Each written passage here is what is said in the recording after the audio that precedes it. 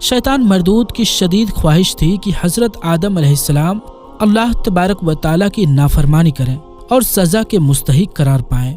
پھر شیطان مردود نے ان دونوں کے دلوں میں وسوسے ڈالنے شروع کر دیے تاکہ ان دونوں کی شرمگاہیں جو ایک دوسرے سے پوشیدہ تھی وہ بے پردہ ہو جائیں۔ پیارے دوستو، روایات میں آتا ہے کہ حضرت آدم علیہ السلام اور اماں حوا رضی اللہ تعالی عنہا کا لباس جنتی لباس تھا اور ان دونوں کے سروں پر تاج بھی تھا، اور ایک دوسری روایات کے مطابق حضرت آدم علیہ السلام اور اماں حوا رضی اللہ تعالی عنہا کا لباس جنتی درختوں کے پتے تھے جن سے ان کا ستر ایک دوسرے سے پوشیدہ تھا۔ اب شیطان روز ان دونوں کے دلوں میں یہ وسوسہ ڈالتا کہ وہ شجرہ ممنوعہ کے قریب جائیں اور جس پھل سے اللہ تبارک و تعالیٰ نے ان دونوں کو منع کیا ہے وہ پھل کھائیں۔ چنانچہ شیطان نے ایک دن حضرت آدم علیہ السلام اور اماں حوا رضی اللہ تعالی عنہا سے کہنے لگا کہ تمہارے رب نے تم دونوں کو اس درخت کے پھل کھانے سے اس لیے منع کیا ہے کہ کہیں تم لوگ یہ پھل کھا کر ہمیشہ ہمیشہ کے لیے زندہ رہنے والے نہ بن جاؤ، یا کہیں تم لوگ فرشتے نہ بن جاؤ۔ چنانچہ شیطان کی یہ شیطانی باتیں سن کر حضرت حوا رضی اللہ تعالی عنہا سوچنے پر مجبور ہو گئی کہ آخر کار اللہ تبارک و تعالی نے ہمیں اس پھل کھانے سے منع کیوں فرمایا، جبکہ جنت میں اور کسی بھی مقام پر جانے سے اور کوئی بھی چیز کھانے سے منع نہیں کیا گیا۔ شیطان مسلسل حضرت اماں حوا رضی اللہ تعالی عنہا پر وار کرتا رہا اور پھر آخر کار شیطان مردود کی کوششیں رنگ لے آئی۔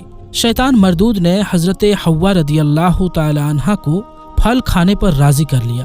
ایک دن حضرت حوا رضی اللہ تعالی عنہا نے حضرت آدم علیہ السلام سے کہا کہ ہم شجرہ ممنوعہ کا ذرا سا حصہ کھا کر تو دیکھیں کہ آخر کار اس میں کون سا راز چھپا ہوا ہے جس کی وجہ سے اللہ تبارک و تعالی نے اس درخت کے پھل کھانے سے منع فرمایا ہے۔ شروع میں تو حضرت آدم علیہ السلام نے مکمل طور پر حضرت حوا رضی اللہ تعالی عنہا کو اس درخت کا پھل کھانے سے منع فرما دیا، لیکن پھر حضرت حوا رضی اللہ تعالی عنہا کے مسلسل اصرار پر حضرت آدم علیہ السلام بھی اس پھل کو کھانے پر راضی ہو گئے۔ آخر کار حضرت آدم علیہ السلام اور حضرت حوا رضی اللہ تعالی عنہا اس شجرہ ممنوعہ کا پھل کھانے لگے۔ ان دونوں نے ابھی پوری طرح سے اس پھل کو چکھا بھی نہ تھا کہ ان دونوں کی شرمگاہیں ایک دوسرے پر ظاہر ہو گئی۔ اس وقت حضرت آدم علیہ السلام اور حضرت حوا رضی اللہ تعالی عنہا بہت پریشان ہوئے اور اپنی شرمگاہوں کو چھپانے کے لیے جنت کے پتوں کا استعمال کرنے لگے تاکہ جنت کے پتوں کے ذریعے وہ اپنی شرمگاہوں کو چھپا سکے۔ جیسے ہی ان دونوں نے اس شجرہ ممنوعہ کا پھل چکھا تو اللہ تبارک و تعالی نے ارشاد فرمایا، کیا میں نے تم کو منع نہیں کیا تھا کہ اس درخت کا پھل نہ کھانا اور شیطان کے ورگلانے میں نہ آنا؟ یہ تمہارا خلا دشمن ہے۔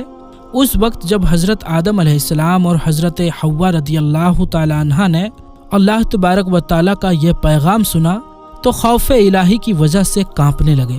اس کے بعد اللہ تبارک و تعالی نے حضرت آدم علیہ السلام کو اور حضرت حوا رضی اللہ تعالی عنہا کو زمین پر اتار دیا، جیسا کہ اللہ تبارک و تعالی سورہ اعراف کی آیت نمبر 25 میں ارشاد فرماتا ہے، اب تم دونوں ایک خاص مدت تک زمین پر ہی رہو گے جہاں تم ایک دوسرے کے دشمن ہوگے اور وہاں ہی مرنا ہے اور اسی میں سے پھر پیدا ہونا ہے۔ پیارے دوستوں، روایات میں آتا ہے کہ حضرت آدم علیہ السلام کو ہند میں اتارا گیا جبکہ حضرت حوا رضی اللہ تعالی عنہا کو جدہ میں اتارا گیا۔ جیسے ہی یہ دونوں زمین پر تشریف لائے تو ایک دوسرے کو ڈھونڈنے لگے لیکن ایک دوسرے کو تلاش نہ کر پائے۔ روایات میں آتا ہے کہ جب حضرت آدم علیہ السلام جنت سے زمین پر تشریف لائے تو آپ کے پاس حجر اسود اور جنت کے پتے بھی تھے جن کو انہوں نے زمین پر پھیلا دیا۔ حضرت ابن عباس رضی اللہ تعالی عنہ سے مروی ہے کہ حضرت جبرائیل علیہ السلام حضرت آدم علیہ السلام کے پاس تشریف لائے اور گندم کے 7 دانے اپنے ساتھ لے کر آئے۔ حضرت جبرائیل علیہ السلام نے اس گندم کے دانوں کو حضرت آدم علیہ السلام کو دے دیا تو حضرت آدم علیہ السلام پوچھنے لگے کہ یہ کیا ہے؟ تو حضرت جبرائیل علیہ السلام نے عرض کیا، یہ اس درخت کا پھل ہے جس سے آپ کو روکا گیا تھا لیکن آپ نے تناول فرما لیا۔ تو اس وقت حضرت آدم علیہ السلام نے فرمایا کہ اب میں اس کا کیا کروں؟ تو حضرت جبرائیل علیہ السلام نے عرض کی کہ ان دانوں کو زمین میں بو دیجئے۔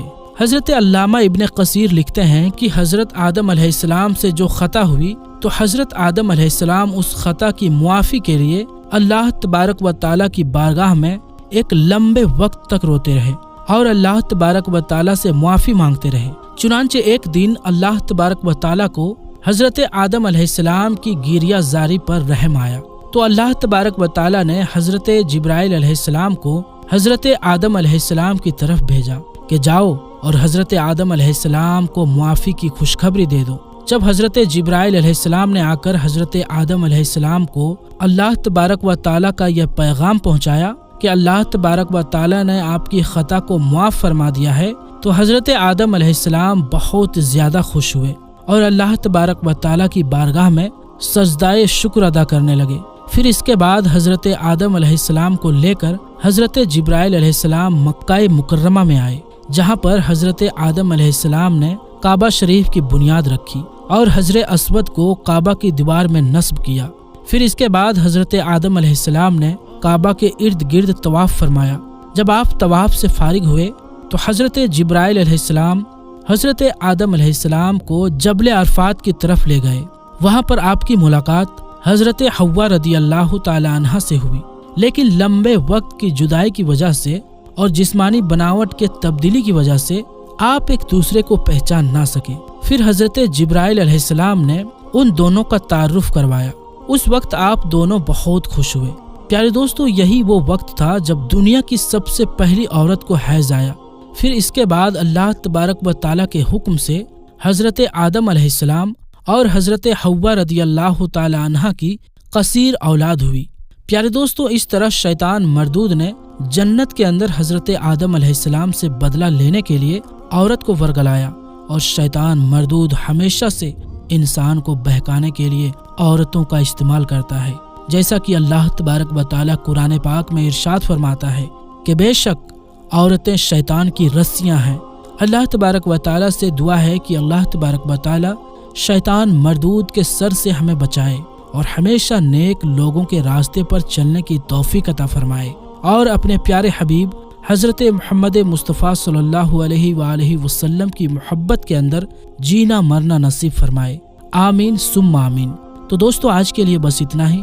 انشاءاللہ ملیں گے اگلی ویڈیو میں۔